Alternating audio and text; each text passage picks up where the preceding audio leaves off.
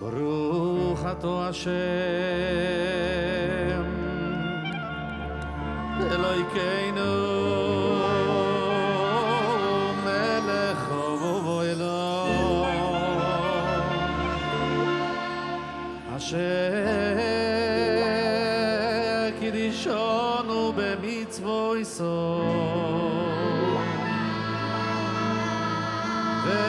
וציוונו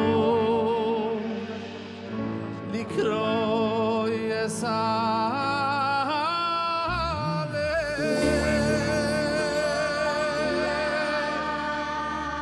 אוי לי אוי שיבי איים לדיבי אם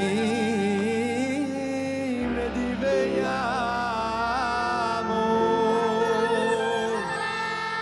אוי שיבי הכרס הבאים היי מה בונים סמב ובביכו Hallelujah בצייס ישראל ממצרים בייס יעקב מים לא אוי סוי יהודו לכבוד שוי ישראל שלא ייסור היום הוא ירוב היום הירדן הוא ייסור היום לא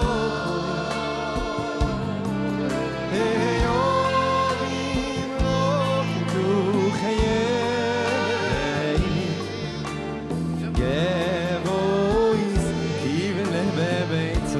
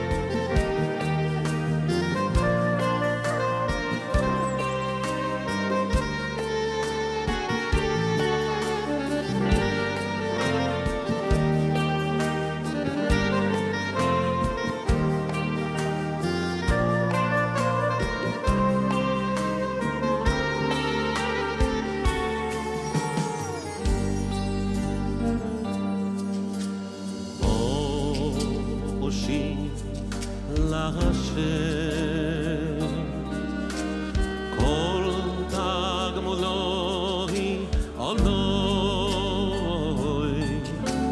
כויס ישועות נשוא ובשם השם קרוב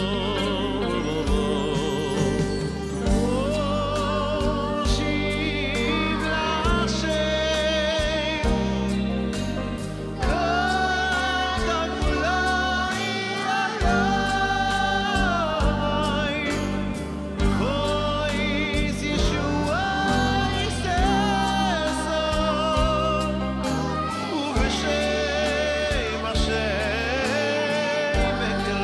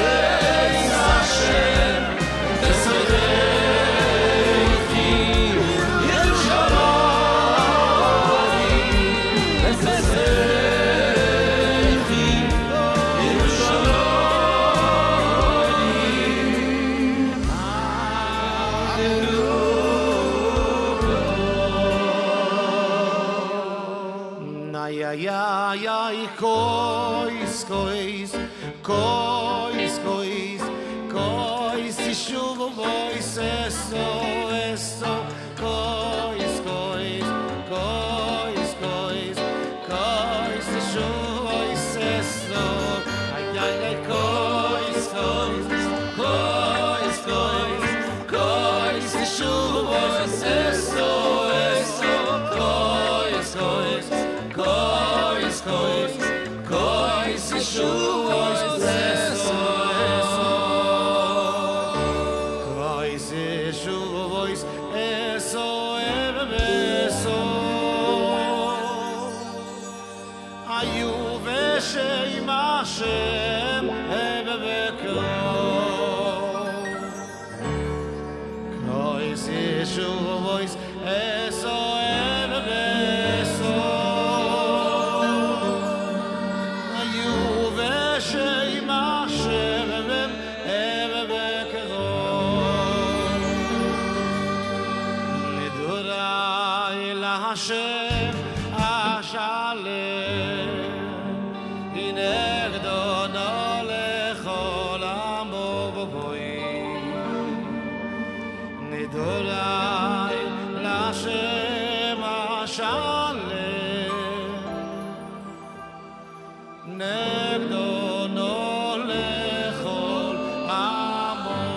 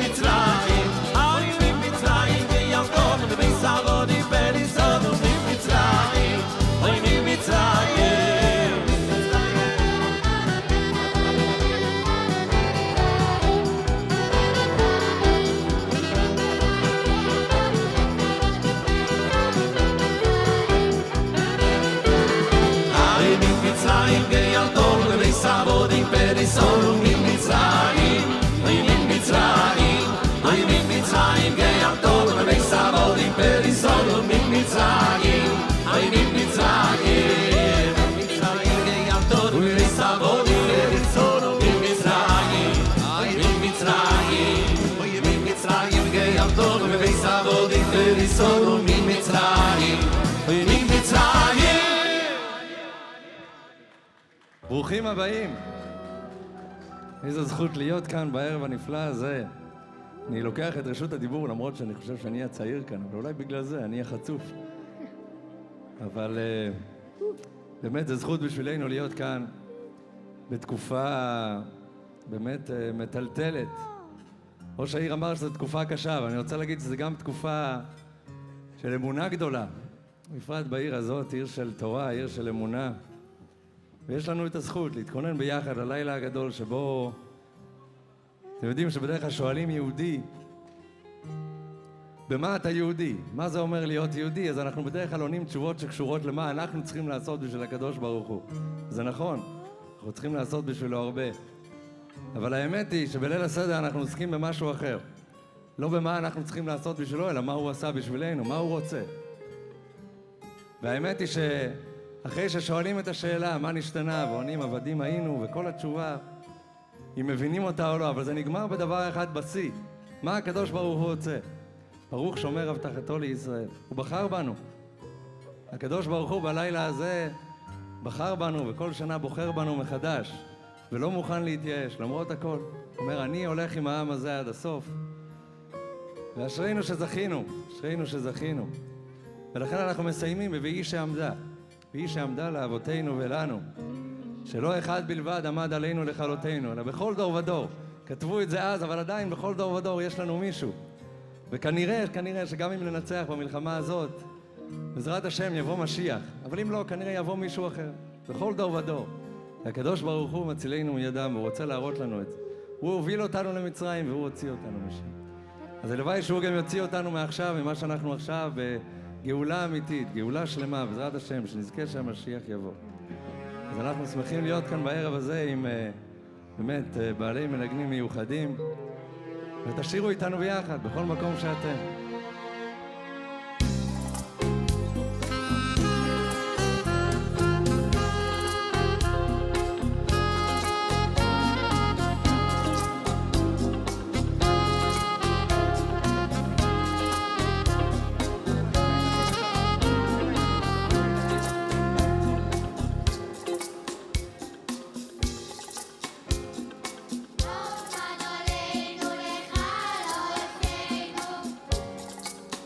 איזו מקהלה יפה יש לנו.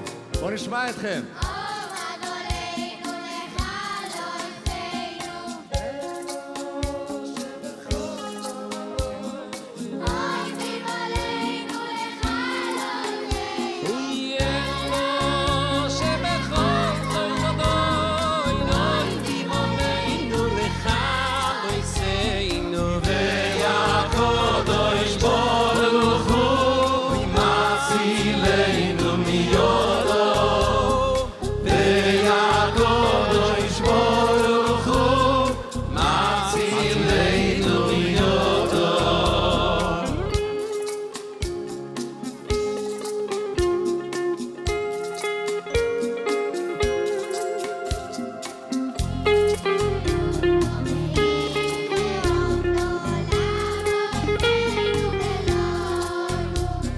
שלא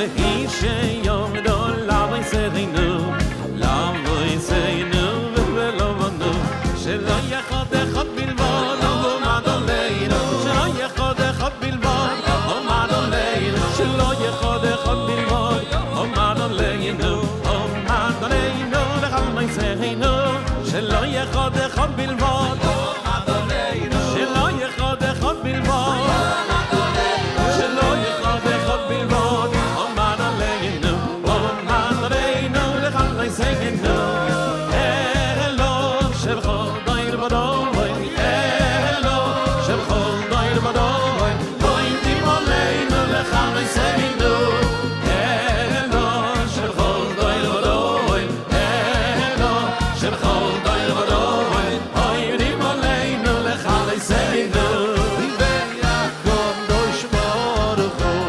ומצילנו מידו ויעקב דוש ברוך הוא ומצילנו מידו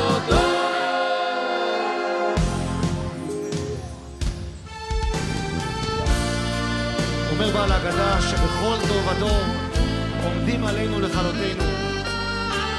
האמת כך, כל דור ודור, אין, לא היה שנים ותשקוט הארץ, אלא אומרים, בכל דור ודור אנחנו לא יודעים מה תכננו הגויים, מה תכננו לעשות לנו. ידוע מה שחפץ-חיים אומר, העלו את השם כל גויים, הם יודעים מה הם רצו. והיא שעומדו לבייסנו והיא שעומדו לבייסנו ולא שלא יחוד בלבוד ומדורנו לך בייסנו ומדורנו לך בייסנו והיא שיומדו ולבייסנו והיא שיומדו ולבייסנו ולא שלא יכול עומד עלינו לך בייסנו עומד עלינו לך בייסנו והקדוש ברוך הוא מצילנו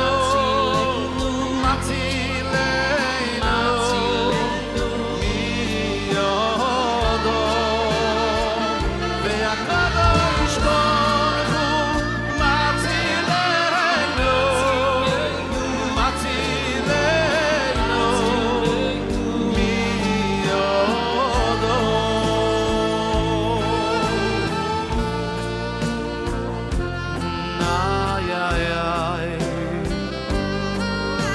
אתם כל הקהילות ביחד לשיר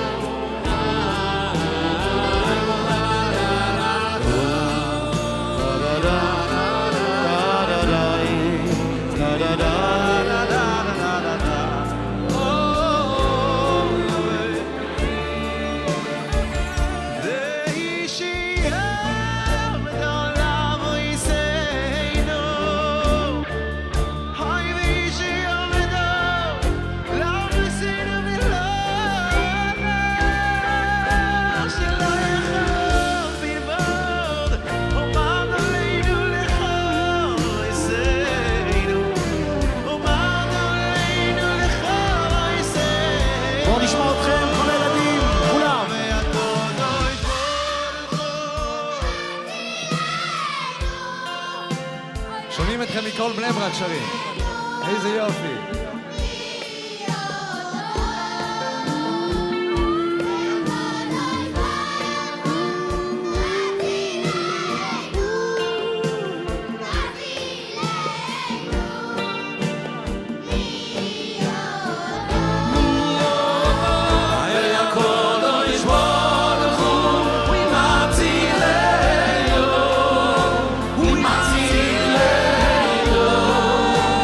We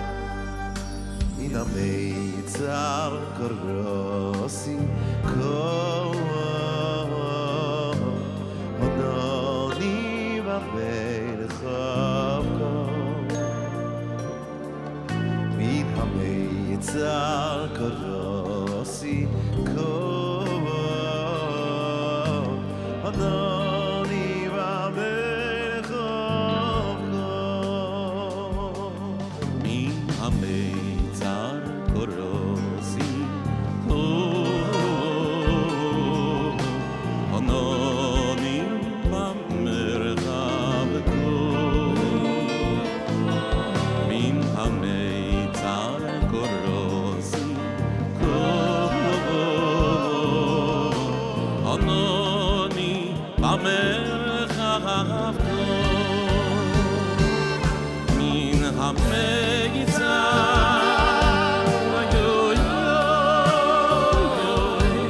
מן המגיצה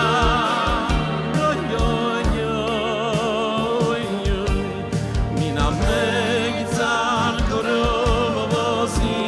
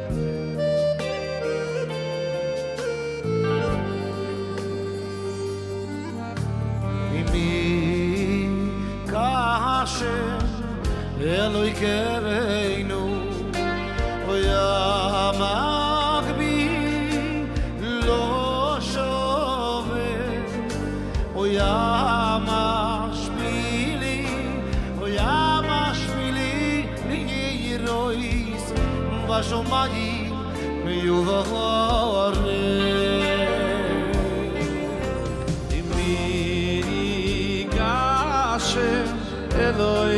אלוהינו המגביל לא שובת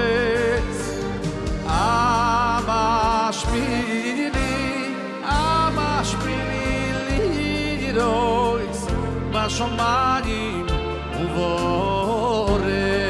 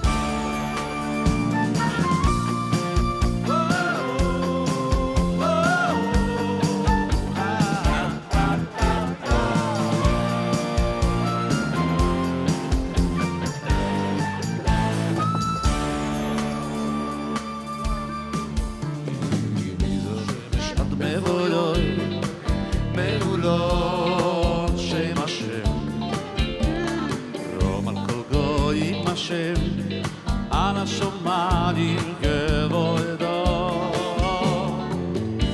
ומשד מבויו מעולות שם השם רום על כל גויים השם על השומעים כבודו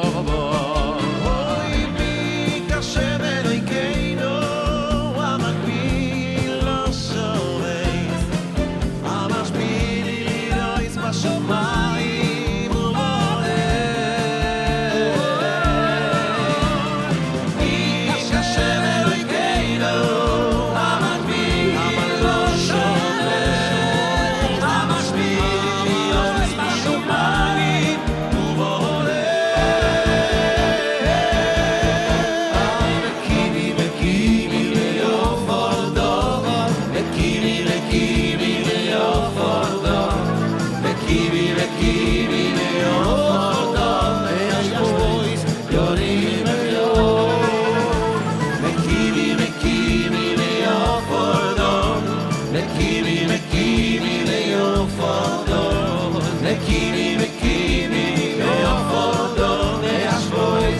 יודעים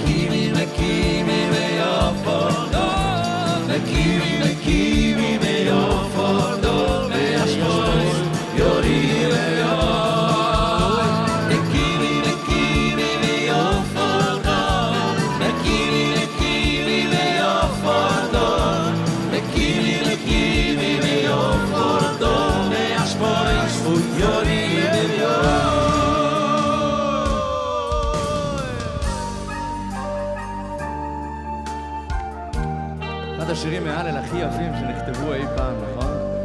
לחן של בור צ'ייט.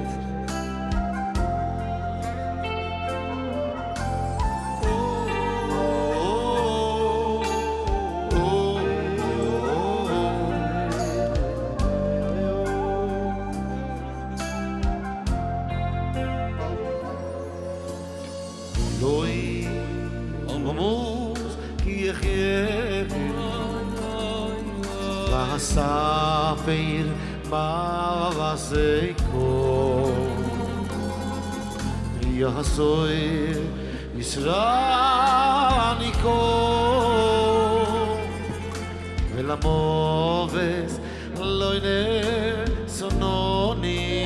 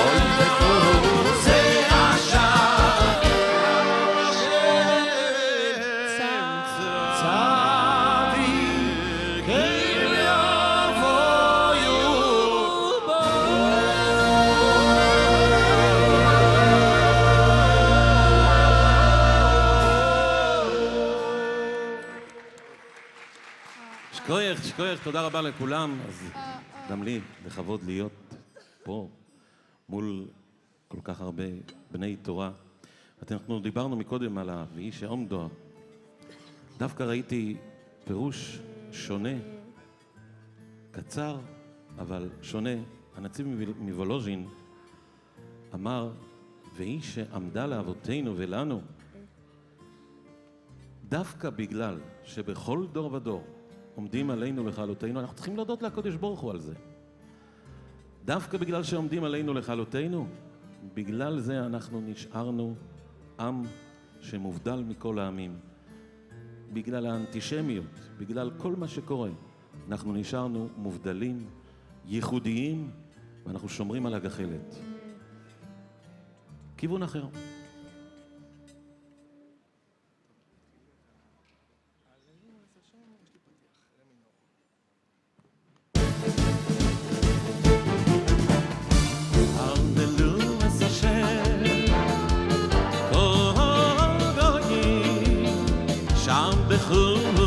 שם בחור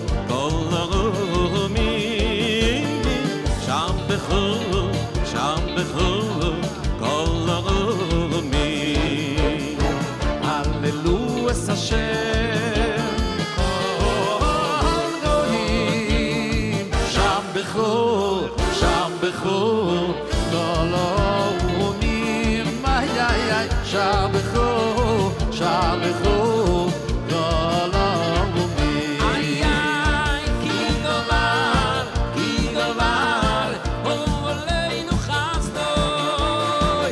כי גבר, עלינו חסדוי. וימס השם ליילום, הללוקוי. וימס השם ליילום, הללוקוי.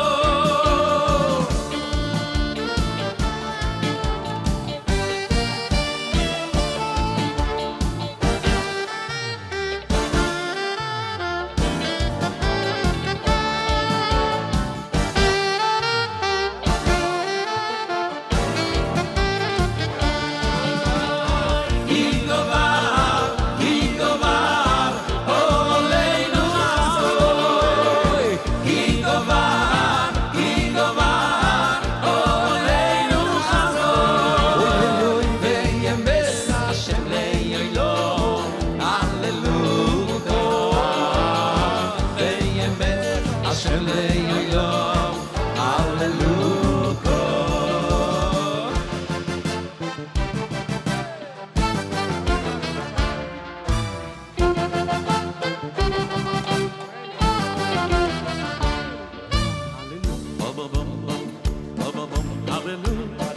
Es Hashem, kol goyim, shabechu, kol goyim. Ki govar aleinu chasadoy, ve'emet Hashem, le'olam haleluko. Hey, ya da da da da da da da da da, ya da da da da da da da, ya da da da da da da da da.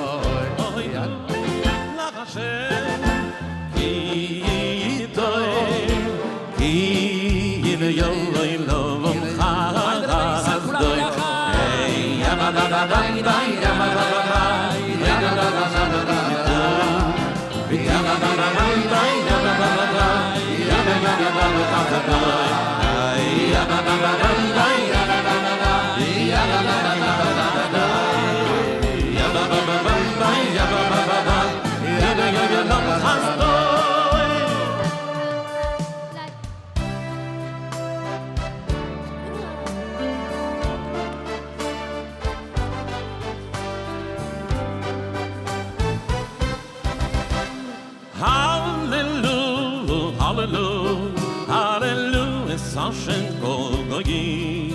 Shabechu, kol omim. Ki govar aleinu chasdoi. Ve'emes Hashem le'yoilom, hallelujah. Oydu Lashem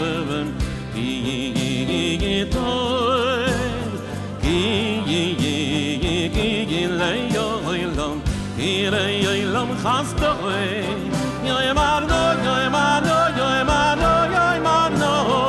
Yoimano Yisrael.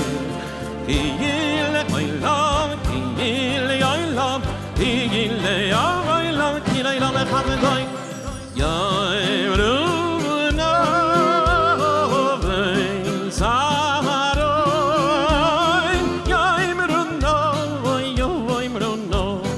v'saharoi.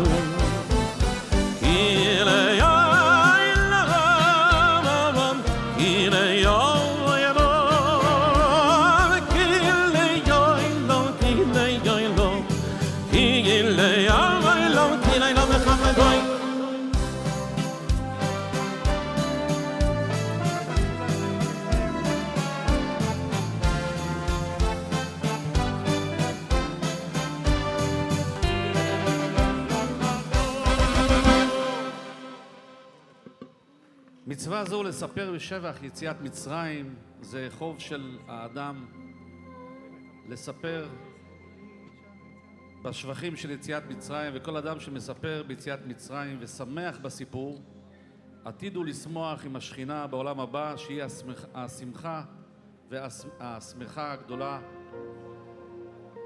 כמו שמובא בזוהר. ואני רוצה לקרוא פה את הפירוש, את התרגום של הזוהר. כל אדם שמספר בסיפור יציאת מצרים בשמחה, מוזמן הוא לשמוח עם השכינה לעולם הבא, והקדוש ברוך הוא שמח בסיפורו. ובאותה שעה מכנס הקדוש ברוך הוא את כל הפמליה שלו ואומר להם, לכו ושימו הסיפור של השבח שלי שמספרים בניי ושמחים בגאולתי. ואז מתקבצים כולם ובאים, כל מלאכי השרת, ומתחברים עם עם ישראל ושומעים סיפור השבח ששמחים בשמחת הגאולה של אדונם, ובאים ומודים לקדוש ברוך הוא על כל אלו הניסים והגבורות, ומודים לו על העם הקדוש שיש לו בארץ, ששמחים בשמחת הגאולה של אדונם, ובזה מוסיפים כוח וגבורה למעלה. וישראל בסיפור ההוא נותנים כוח לאדונם כמלך שנוסף לו כוח וגבורה, בעת שמשבחים גבורתו ומודים לו, והכל יראי מפניו ועולה כבודו על כולם. אז כמובן בערב הכנה זו של היוזמים תוך עיריית בני ברק בראשות הרב זייברט וכל המלווים, כל הסגנים, כמו שהזכירו מקודם, צריך גם להודות להם שגורמים לנו לשמוח עם אדוננו, ואנחנו נותנים כוח לפמליה של מעלה ולקדוש ברוך הוא, ובעזרת השם זה ימשיך ויעלה גם בליל הסדר, כל אחד ואחד שצופה ושומע. בעזרת השם כולנו נתבשר בבשורות טובות.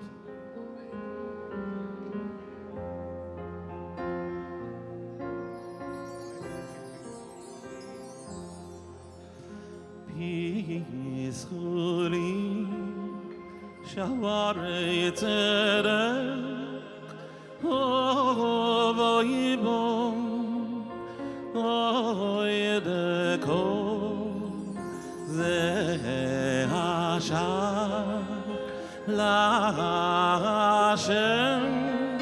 צדיקים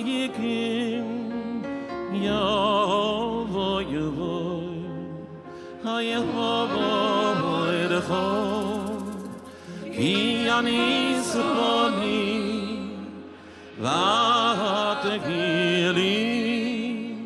לי שובו היבוא ידחו כי אני סבוני ותגילי לי שובו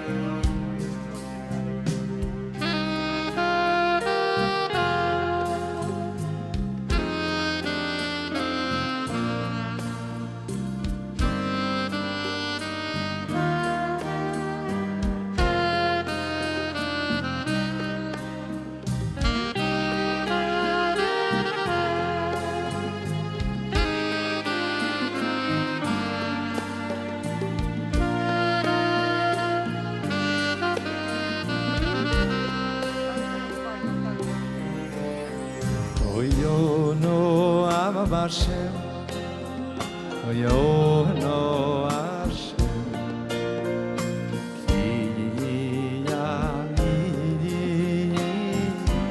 Yadechu Oyono Hashem Oyono Hashem Ki Yani Yadechu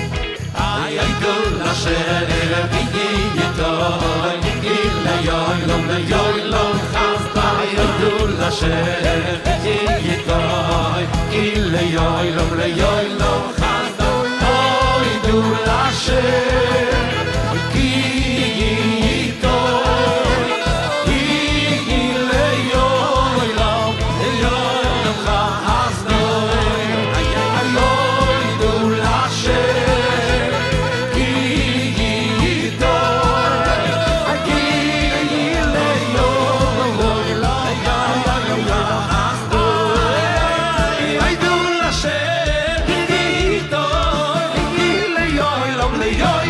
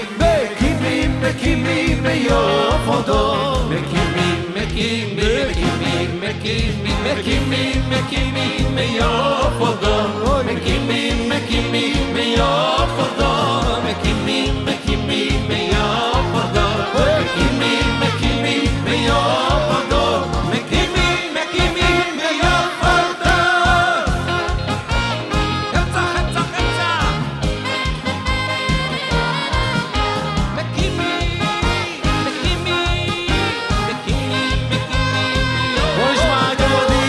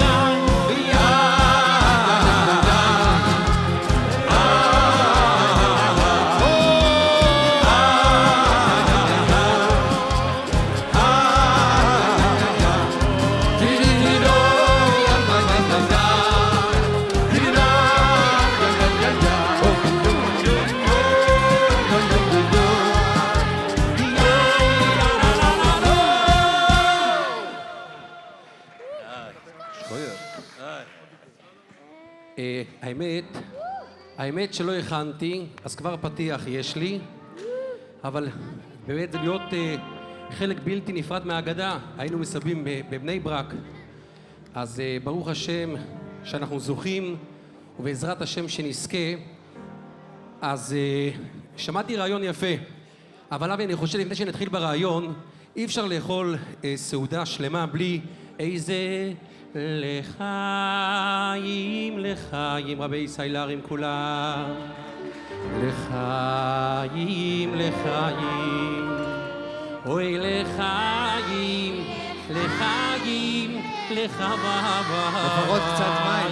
רגע, הם עושים את זה מצוין המקהלה. בכל אופן להתרכז, קצת מים. כן. אז ככה, אני שמעתי דבר יפה. ילדים יקרים, ורטלה לשולחן החג. למה לכאורה שלא נפתור את הארבע קויסס, כן? בכוס הראשונה. ניקח את הכוס הראשונה, נברך בוירי פרי הגופן, ונפתור את כל שאר הכוסות. שמעתי רעיון נפלא. כשיהודי לוקח כוס של מצווה, שופך לתוכו יין משובח, אז המצווה לוקחת אותו לאן? למקום אחר. ולפי ההלוכה, מה ההלוכה? כשאדם נמצא והולך למקום אחר, צריך לברך עוד פעם. אז זה הרעיון. כשאנחנו ניקח את המצווה ושהיא לוקחת אותנו למקום אחר, צריך לברך. אז לחיים, לחיים, לחיים, לחיים, אוי לחיים, לחיים.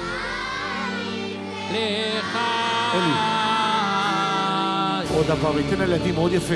כולם ביחד, לילדים עוד פעם. לך... בכל זאת, ארבע קויסס.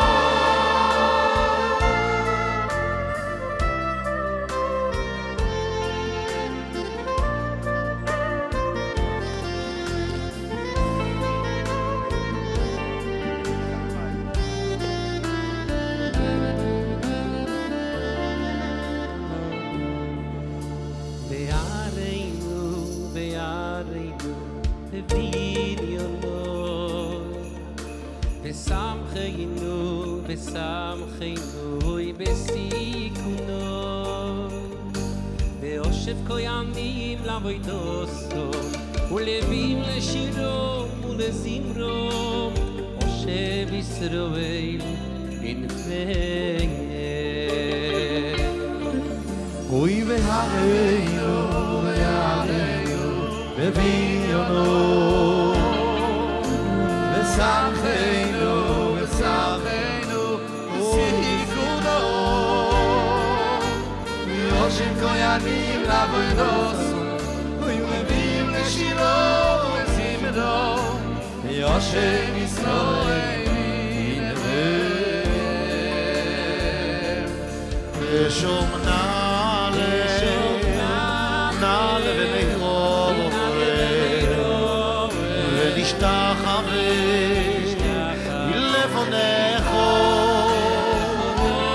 ושוב נעלה ונקרוב ונשתחווה לפניך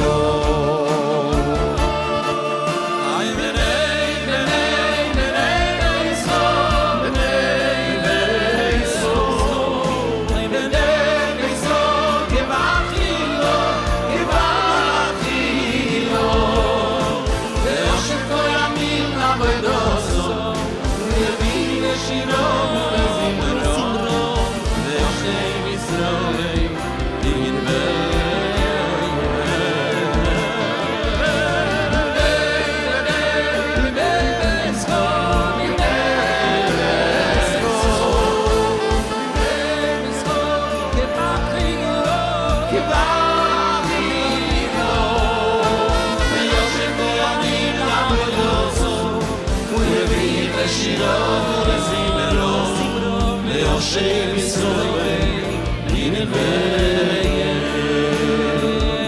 Oy veshom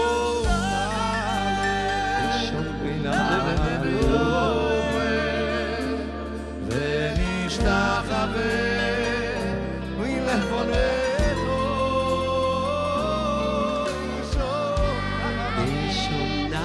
אוי נעלה בינינו אוי ונשתחווה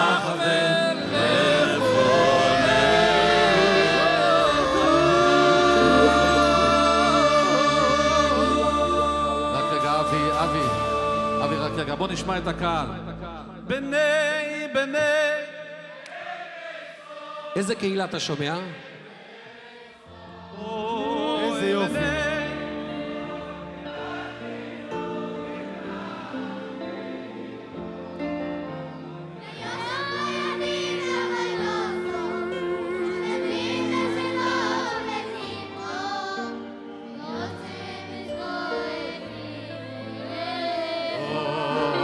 כל הקהילות. בוא נשמע אתכם מהבית. כולם מהבתים.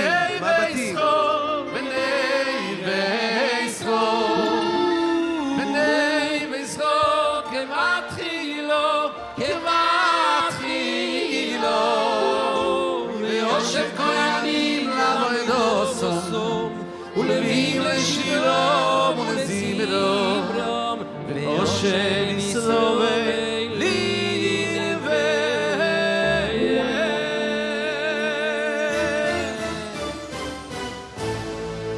נו ידנו אז רובנו ירחמך ולא יעזבנו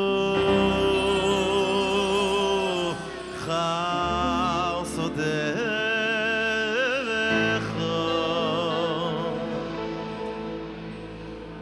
ויד יצאנו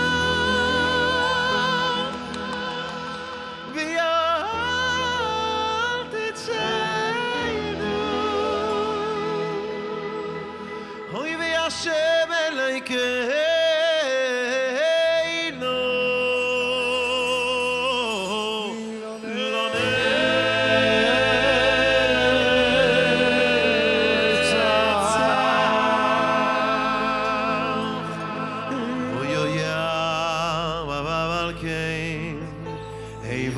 שפילגת בנו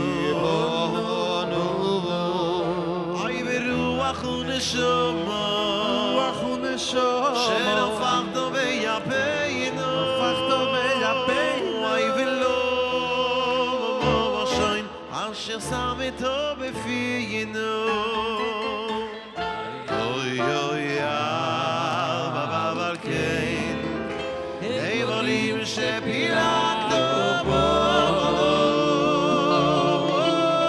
אוי ברוח ונשמה שנפחת ביפינו אוי ולא משיים אשר שמת בפינו כולם ביחד איי איי איי יוידו ויבורכו וישבחו ויפארו וירוממו ויעריצו ויקדישו וימליכו ושמחו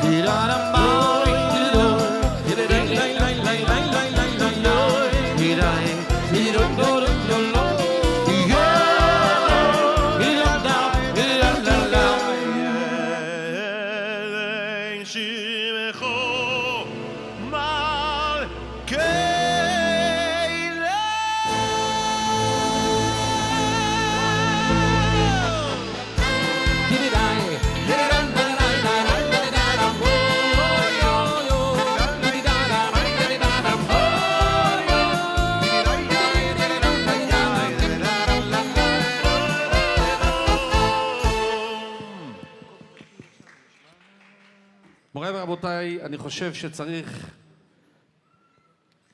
שצריך להזכיר לנו שביחד איתנו נמצאים קצת מרחוק, בני ברק זה די קרוב, 81, אני חושב, קהילות. יש פה רשימה גדולה, שמעון תפילוסי, אומרים שזה כבר 150 מהם. קהילת שומרי שבוס, קהילת חניכי ינילביץ', בייס השם, חניכי רמב"ם, בס אריה, אוהל יעקב, המרכוזי, שיכוני, אוהל אברום, ועוד ועוד ועוד קהילות. אז אנחנו לא לבד, אנחנו ביחד עם עם ישראל ביחד, ואנחנו לא עוצרים, אנחנו ממשיכים הלאה. אבי.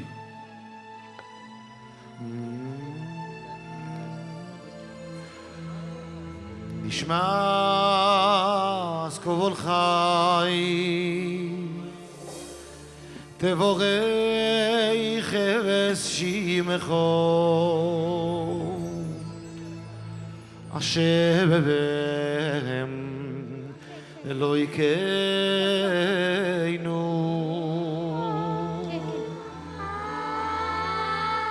רוח כל בוסו תפורר וסלוימם זכרך מלכנו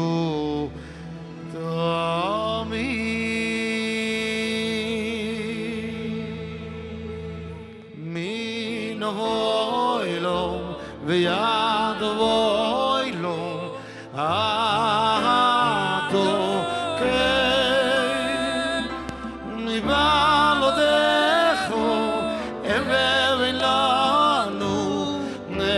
אין לנו מלך גוי אלומוי שייה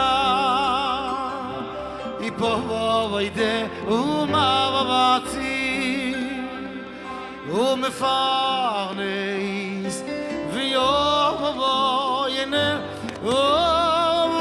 ומלאכים בכל איסורו וצורקו יהיה לנו נביא מבלה יהיה לו יהיה בבתו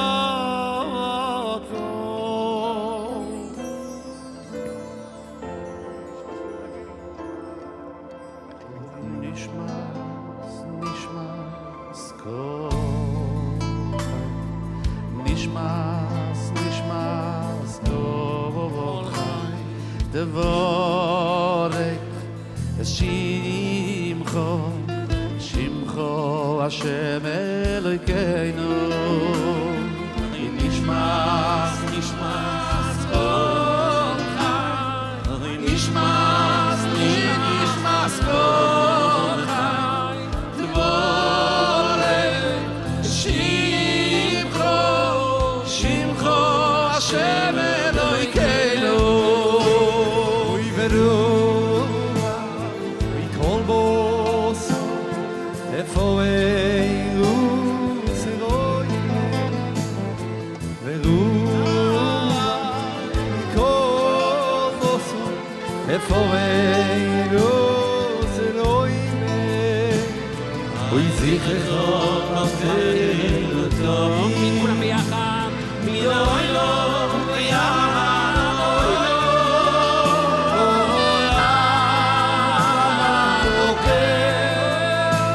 מי לא אוי לו ויאמן אוי לו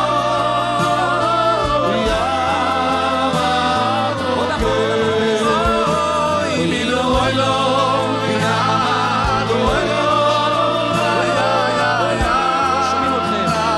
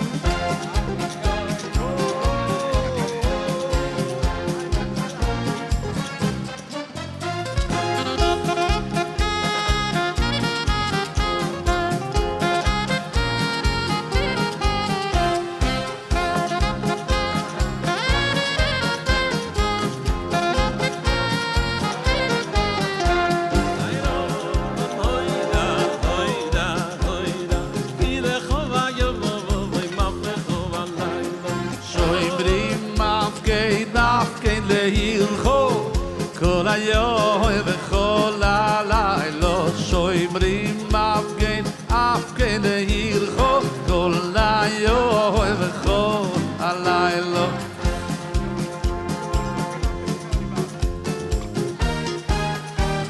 שומרים הפקידה כדי הלכו כל היום וכל הלילה שומרים כדי הלכו כל היום וכל הלילה שומרים הפגן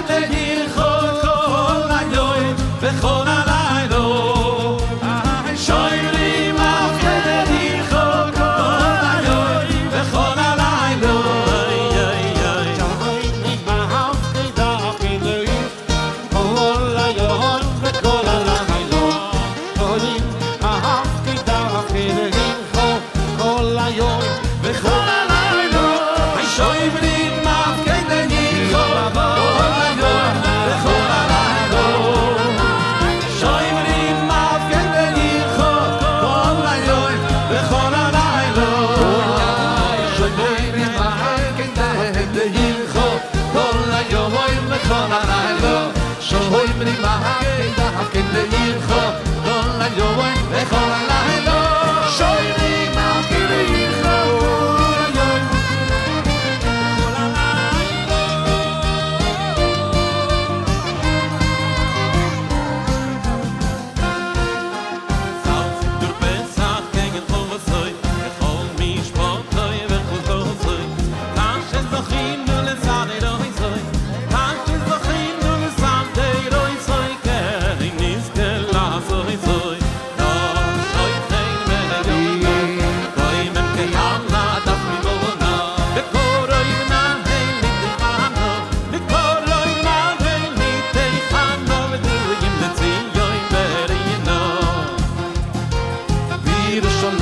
לשונו הבו בירושלים, לשונו הבו בירושלים, לשונו הבו בירושלים עמויו, לשונו הבו בירושלים, לשונו הבו בירושלים, לשונו הבו בירושלים, לשונו הבו כולם, לשונו הבו בירושלים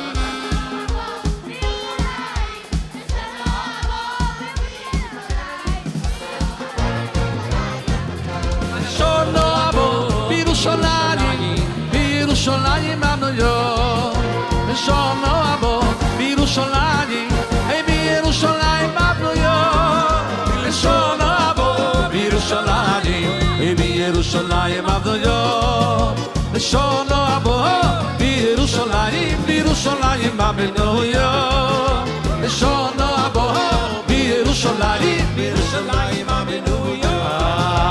יתו בחרתו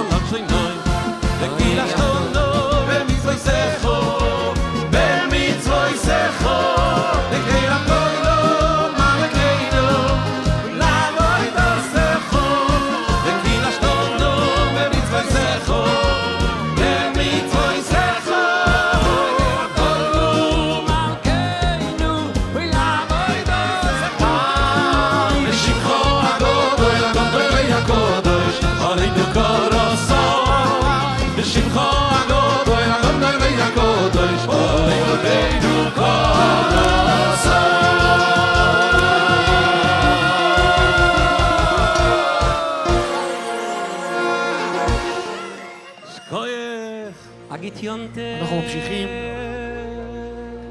אני חושב, אברהימי, דיברנו לפני הערב הזה על שיר אחד שלא התכוננו לעשות כאן הערב, אבל חייבים לעשות אותו.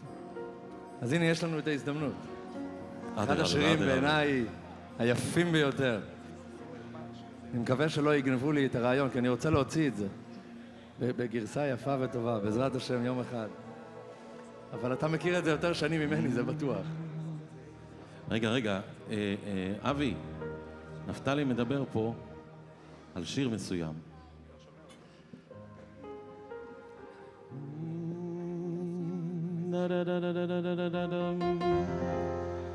ורחמו וינחילנו ליום שכולו יטוב ליום שכולו יטוב ליום שכולו יעבור ורחמו וינחילנו לחנו המתוק של רבי ציון שנקר זיכרונו לברכה שכולו יטוב ליום שכולו יטוב ליום שכולו יעבור איי איי איי ליום שצדיקים יוישו ויעטרו יסיים בראשיהם איי איי איי ונני ומזיני והשכינה והיא חלקנו עמו איי איי שצדיקים יוישו ועטרו יסיים בראשיהם איי איי איי איי ונני מזיני והשכינה והיא חלקנו עמו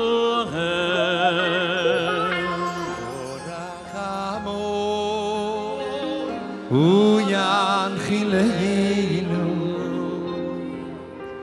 יום שכולו יטוב יום שכולו יטוב יום שכולו יום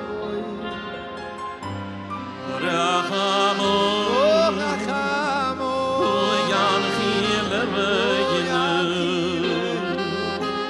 ליום שכולו יטוב ליום שכולו יטוב ליום שכולו יעבור איי איי איי ליום שצדיקים יוישו ועטרו יסיים בראשיהם איי איי איי איי מזיני והשכינה והיא חלקנו עמו איי איי איי ליום שצדיקים יוישו ועטרו יסיים בראשיהם אוי אוי אוי ונני אוי מזיני והשכינה והיא חלקנו עמו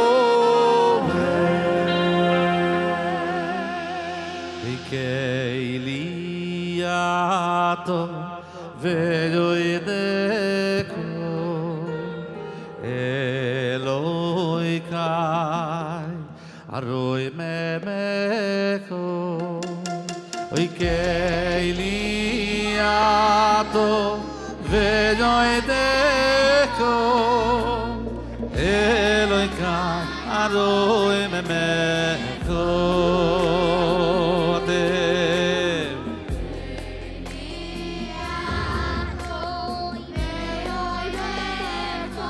אוי רבותיי תשאירו איתנו בכל בני ברק רק לחשוב עליכם, יושבים בכל מקום ושרים מכם.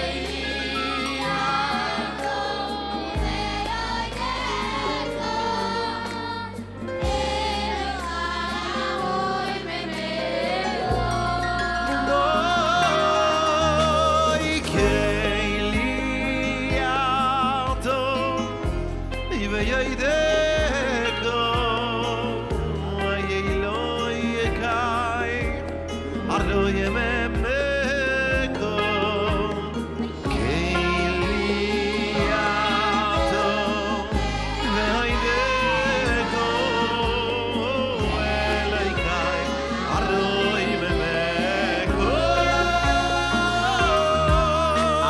אוי קהיליאתו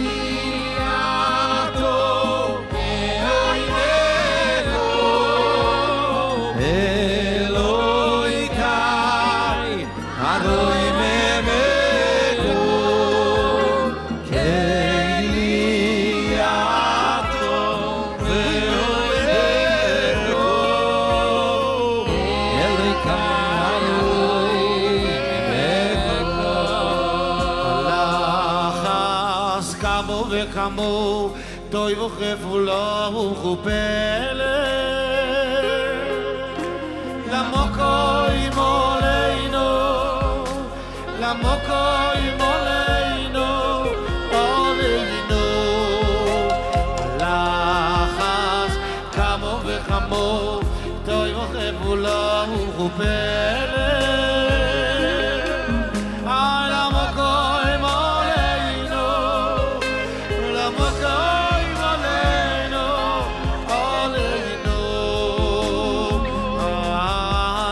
שנוסן לנו את התוארו והכניסונו לארץ ישראל ובונו לנו בייס הבחירו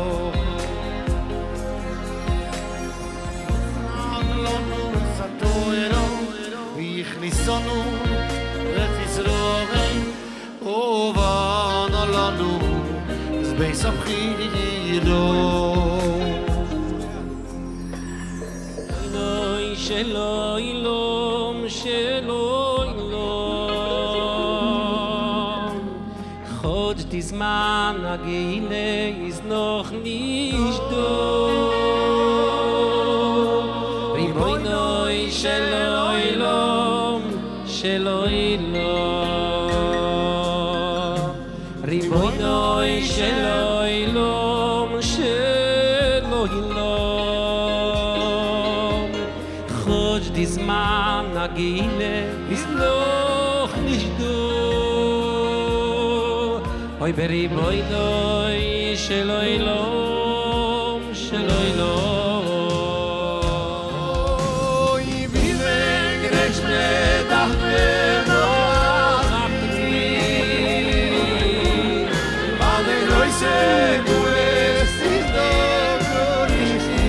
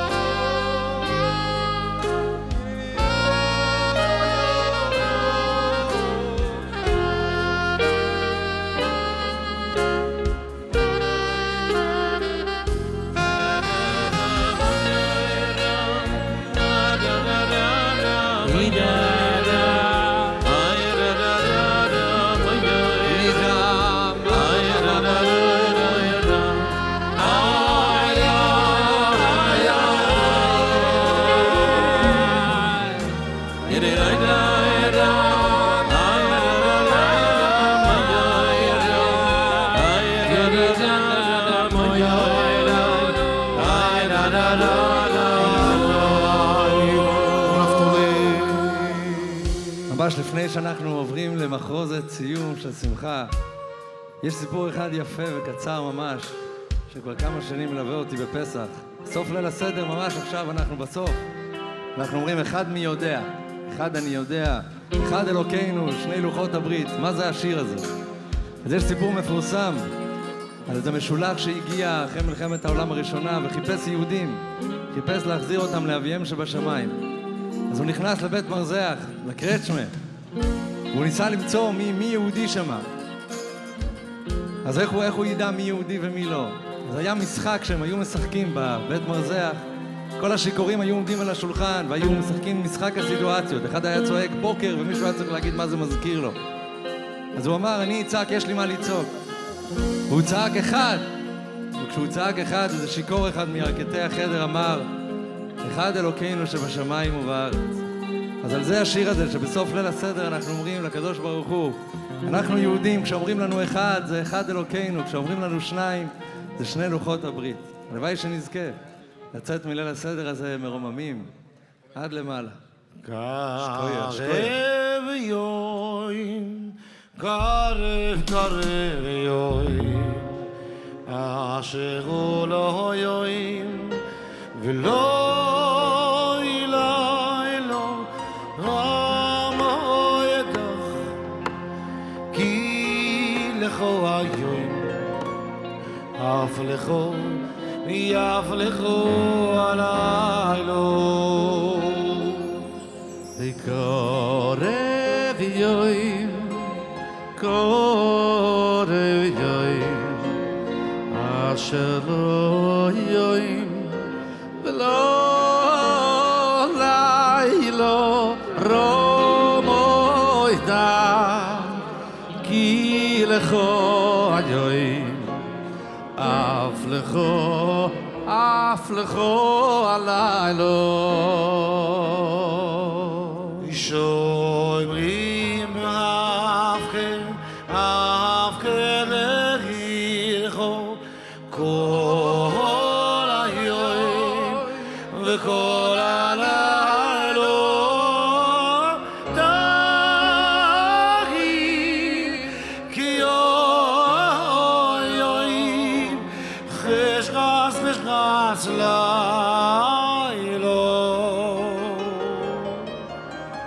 שומרים אבכן לריחו כל היום וכל הלילה, דאגי כי יוים חשרס לילה.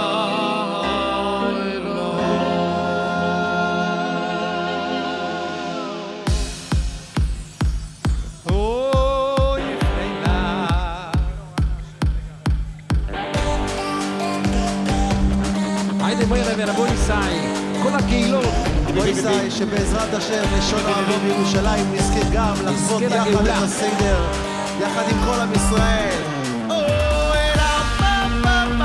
בכל מקום שאתם נרקוד שכוח לכל מי שהיו איתנו.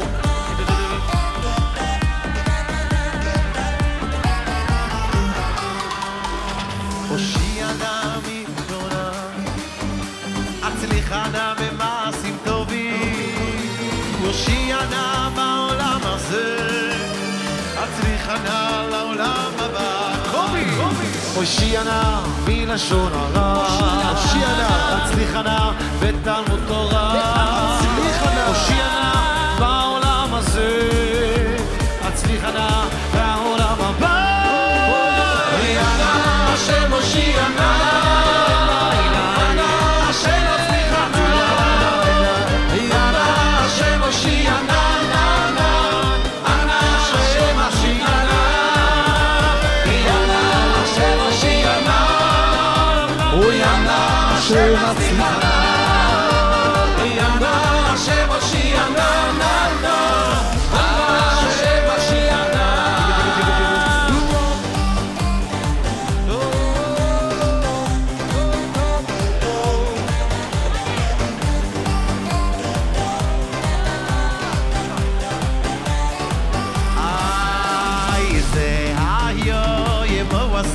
אשר אריה נגילו ונשמחו בו בוי זה היו ימו בסו אשר אריה נגילו ונשמחו בו אוי זה היו וימו בסוף אשר אוי נוגילו ונשמחה בו אוי זה היו וימו בסוף אשר איי נוגילו ונשמחה בו יונו אשר אונו אשר בוי שיונו יונו אשר הצליחונו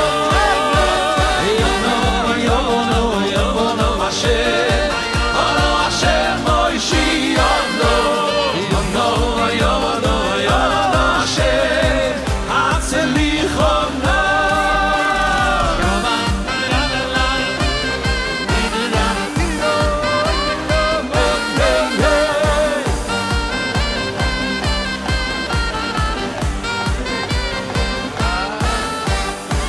שנו במצווי סכו וסן חלקנו בסיידו סכו זרבנו הימיתו בכו וסמך שנו בשבוע סכו שנו במצווי סכו וסן חלקנו בסיידו סכו זרבנו הימיתו בכו וסמך שנו בשבוע סכו ותהל ליבנו ליום דחו באמת ותהל ליבנו ליום דחו באמת ותהל ליבנו ליום דחו באמת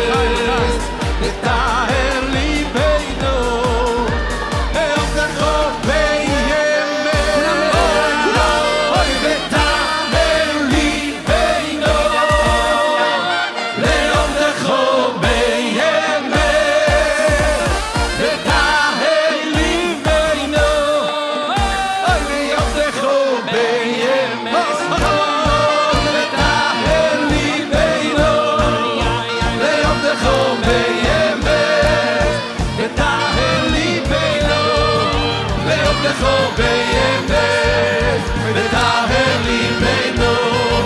ליום דחו ותהל ליבנו ליום דחו באמת איי וסחזנו שוב בכל עצי אך מי ותחזנו עיני ושוב בכל ציון ברחמים ותחזנו עינינו ושוב בכל ציון ברחמים ותחזנו עינינו ושוב בכל ציון ברחמים ויושב וסבוינו ויושב וסבוינו ויושב וסבוינו נדיר ביסכו בירושלים הבנויות ויושב וסבוינו ויושב וסבוינו ויושב וסבוינו נדיר ביסכו בירושלים הבנויות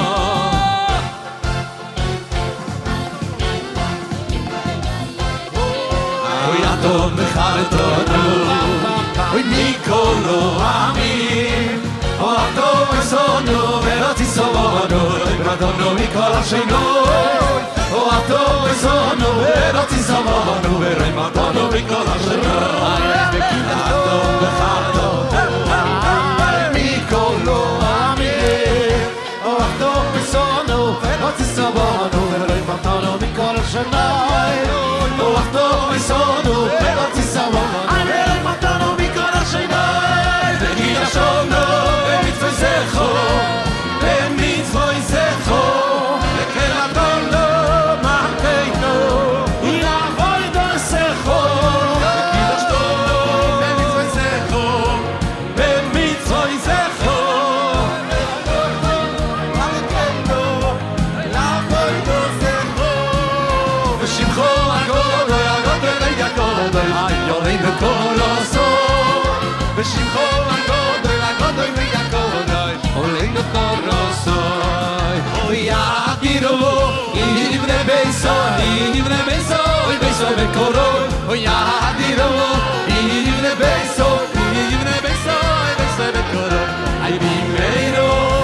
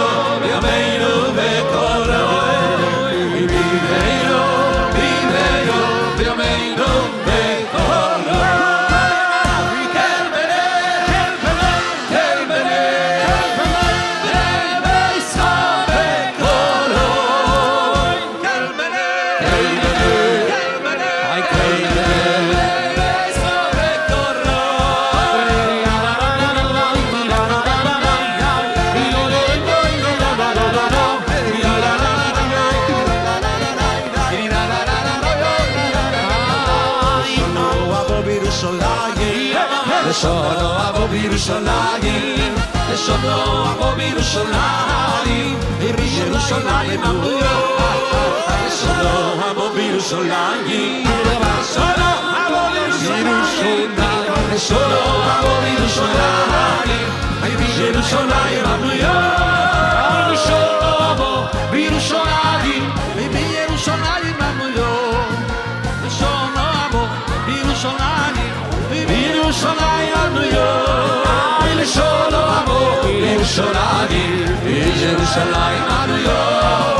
לשונו אבו בירושלים, בירושלים אמויו. לשונו אבו בירושלים,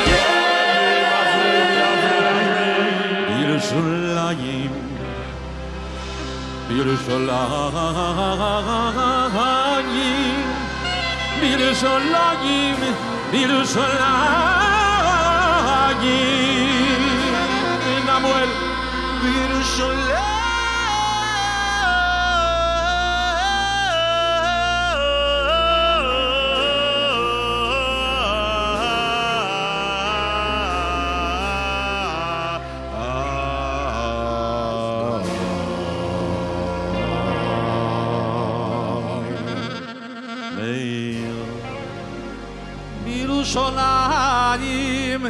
אבנו.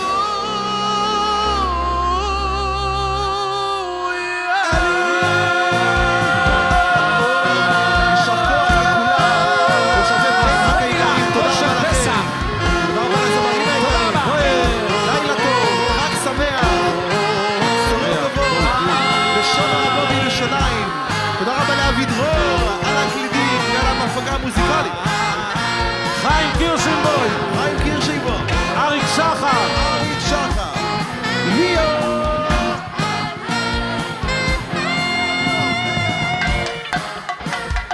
תודה רבה לכם, לילה טוב, יישר כוח.